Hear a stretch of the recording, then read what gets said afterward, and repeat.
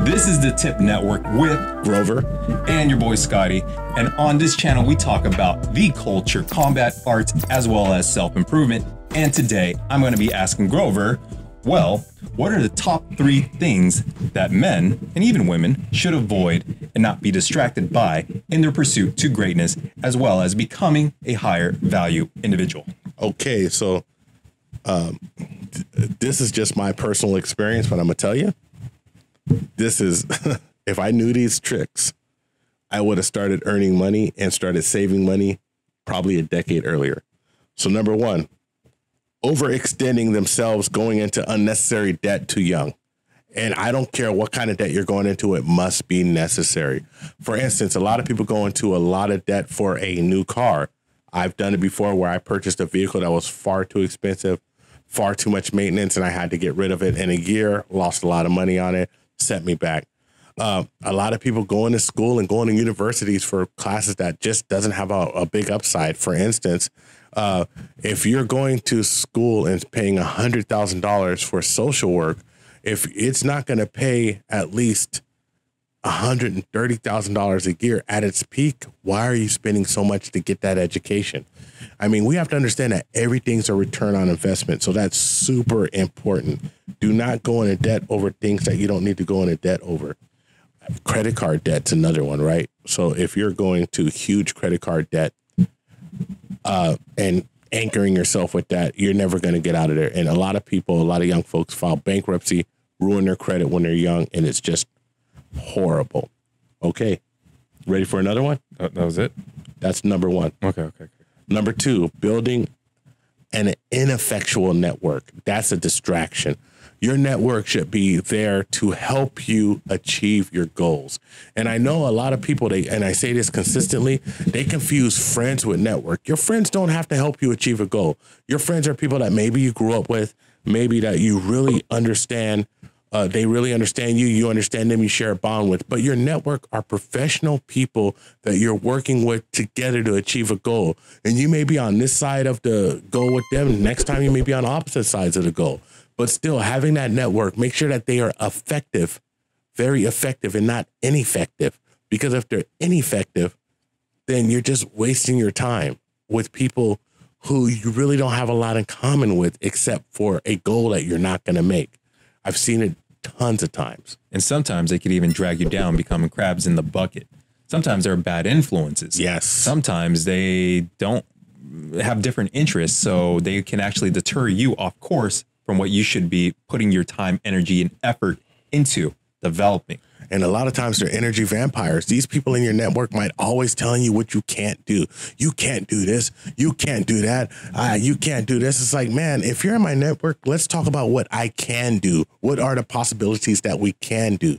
But these energy vampires, these negative sayers, I mean, I'm not talking about somebody who's giving you reality like, look, I've done the numbers, I've done the logic, and this just doesn't make sense. That's a good asset. But people who are just, as soon as they hear it, nah, that's not good. Well, fuck. Just shutting you down and shutting the dream down. What's your data behind it that it's not good? What's the data? Because we should be here working together to get data to improve ourselves. I mean, especially men, we are data logic driven, or at least we should be. So let's really make sure that we surround ourselves with people who are on the same mission. And also wants to challenge us to become greater, to where there is a healthy competition between your network, because each person, like, let's say you see me hustling and I see you hustling, we're naturally going to be pushing each other to greatness, that we will want to achieve great things, because we want to make sure our network, there are no weak links within it. Exactly. And, you know, steel sharpens steel, right?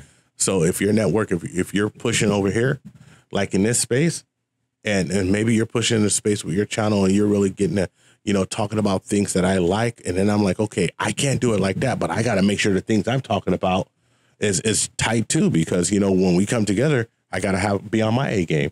Still sharpen steel. Yep. I like that. I like that. Right. And so then what is number 3? Number 3, and this is specifically for men or women, having a child with the wrong person. The biggest financial thing you're going to do in your life, it's an 18-year commitment at the very least, is having a baby. Do not have a baby with someone out of just pure sexual lust. I'm sorry, but especially fellas, we got to get better at this, okay?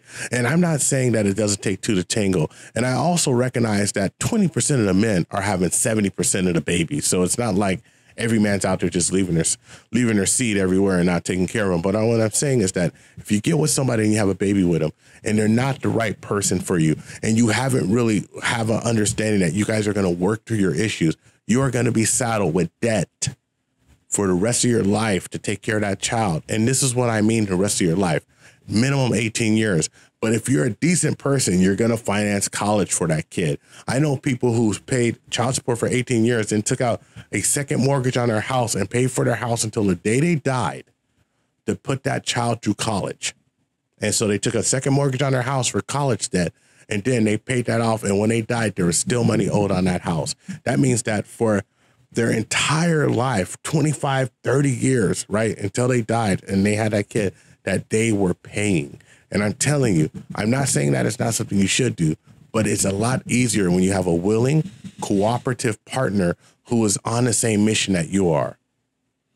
And, the side effect is that will keep you from pursuing your passions, to going after the thing that excites you. You're to manifesting your dreams into reality, because now you have to care for another little individual. You have to care for a baby. Mm-hmm. So I'm not saying that people can't get it done, but it does get a lot harder. Yep. Not only that, though, but the person that you have a baby with, is she or he going to be cooperative? Are they going to be the impediments in your life, or will they be the uplifters in your life? And I can tell you that 90% of the people I see, it's the impediment.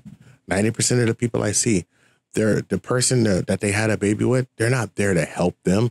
They're not there to build a life with them. They're there to distract and hurt them. And so you have to find the right person to do it with, because, there's nothing uglier than a breakup. I know women who are broken up and they receive zero financial assistance from the person who, they had the baby with. And I know the direct opposite, women who break up with a man and take everything they can from him and leave him in a situation where he's just barely able to live. And, judges don't care. The system doesn't care. Your ability to pay is nothing to do with what they charge you.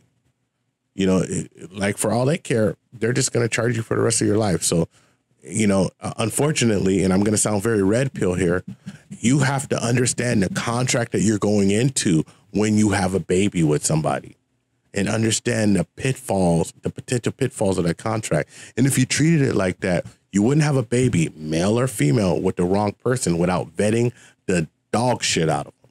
So I just want you to go in this real quick. So what is red pill? Red pill to me is the understanding of what's going on in people's nature. Mm-hmm. And so a lot of times, red pill with men, and especially in the manosphere, they say, well, some guys who are red pill, they're like, never get married because it's just a bad contract. It's a bad contract. Men are just in a disadvantage. Why should I get married when I can just make myself the best I can be and just bang 23-year-olds for the rest of my life? Other people in the manosphere who are red pill, they say, hey, educate women, hold them accountable, and marry a woman who's going to be accountable to themselves, because marriage is about duty. Marriage is about obligation. Marriage isn't about passion and love, which is actually true. Because let me tell you something. Your family members who are to be married for 50 years, you think they loved each other every fucking day of that? They fucking hated each other sometimes, but they looked at the kids and said, we need to make this work. And before you go all the way to the extreme and talk about abuse and people getting their heads busted open, this and that, the world is the fucking color purple. I'm not talking about that. I'm talking about the average person whose marriage break up, knowing what's going on, knowing what the person you're with, right? And also knowing that the differences, red pill, the differences between men and women, knowing that women can be hypergamous at times. Mm-hmm. And, women aren't going to real quick. Just say it. But actually, I can do this. Okay. So guys, we're willing to date above, sideways, or down. Yes. Women, in generalities, tend to like to date sideways and above, because they're thinking about their offspring and about hoarding the resources to continue the genetic line of the human species. So yes. it makes sense.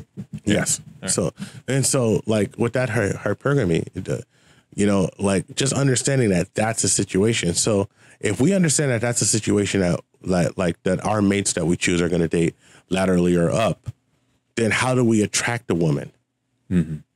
By making yourself the best you can be. Not getting distracted. Because, and knowing that, you know, and so like there's a lot of things that we could talk about here, but we're going to save it for later episodes. It's a lot of great stuff, a lot of great self-improvement tips, but I'll leave it at this. Wait, I do want to touch a few more things. Oh, I'm not going to leave it at that. And so actually I want to bring this up because, you know, I've been watching a lot of Red Pill videos, been watching Entrepreneurs of Cars. Yeah. Well, one of my favorites. Who introduced you to that? You did. I know. Rich Cooper, Kevin Samuels, Rollo Tomasi, the roommates. Fresh and Fit, a little bit outrageous, but I like them. I like Fresh and Fit a lot. Yeah, I really like them. I mean, I think that especially when Mr. Organics be on there, dude. Mr. Organics. I mean,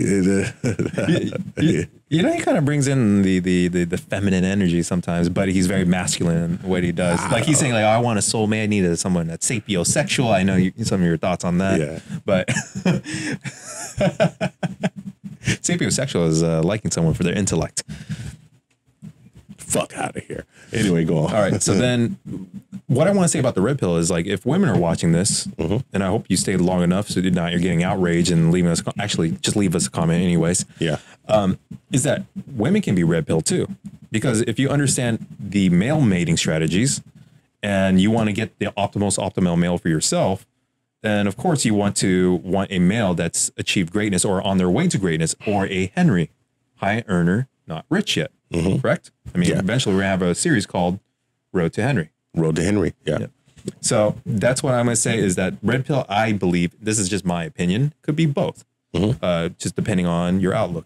Now, the bonus thing I want to add on, and I want to hear your thoughts on it, is one thing I think everyone should avoid and not be distracted by, especially more so for men, is to not be distracted in relationships with women when you're on the pursuit of your purpose, and in pursuit or in the process of the progress, making progress and becoming a higher value male. That's so interesting, because I actually think that things are not mutually exclusive, right? So I could say this, that, like, you know, I achieved some financial stability, and I think it started about 4 or 5 years ago, right? But I mean, I'm in a committed relationship now, and it's just the right woman who understands your role and her role, and you guys both have to agree to it. And I'm not saying that, oh, you know, you just put on your maid's outfit and clean, and that's all you do. But I'm saying that, like, understand that this is what I'm trying to do. I'm going to work 7 days a week. And if you're going to be complaining that I'm just spending too much time trying to be the best I can be, then you got to kick rocks. Right. But I mean, you know, and I'm not concerned about how much money you make, because I'm trying to make this, and I'm trying to make this great. And I want to give you leadership on some financial stuff that you're doing to maybe help you so you could be more stable. And if we build a life together, I have to understand that we have to take the best of both of our worlds and put it together. The different roles and responsibilities to make a welcoming and loving, nurturing. Yes. And I can tell you that as far as nurturing goes, as far as making me feel good, as far as like soothing me when there's a bad week, my lady's the best at it. Wait, so you mean she's inspirational? Inspirational. Feminine, inspirational. The FBI's? Yeah, man. You know?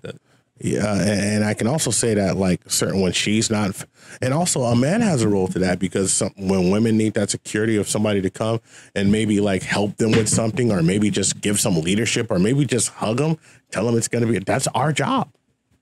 You know, that's our job. But I don't go for a lot of foolishness. Like, I'm not going to sit here and like let her not take accountability for something she did, because I have to take full accountability for everything I do. That's my life. So that's just the way it is. You know, but I'm in a very good spot right now. Very good spot. I like that. I like that. Yeah. Hope for the future for me. Shit, it only took like 49 years. Shit. Well, so now. Is that it? Yeah. Like, subscribe, and all that. Good stuff. So like and subscribe on YouTube, right? Hit the notifications. Follow us on Instagram at I am Gorilla1, and I'm gonna leave the links down below, but Scott, SCOTT.TIEEE, which is Scott E. But all the links are down below. Links are below, right? And you know, share it around, leave a comment, like and subscribe, as I said before. And oh yeah, yeah. And if you happen to like crypto, if you're into self-development, which I call holistic development, where you are finding your calling, revealing your gifts, discovering your passions, and following your purpose, then come check out my channel as well. And what's that called? Org Unity. Well, I'll say Scott T or Unity. And that'll be linked down below. All right. So you know what? That's it. That's all we got for you tonight. Take care of yourselves. It's a crazy world out there. Just be a little crazier. Booty in your face. Yep. And pull out. Strap it on. I never pull out. All right, man. We got it done, huh?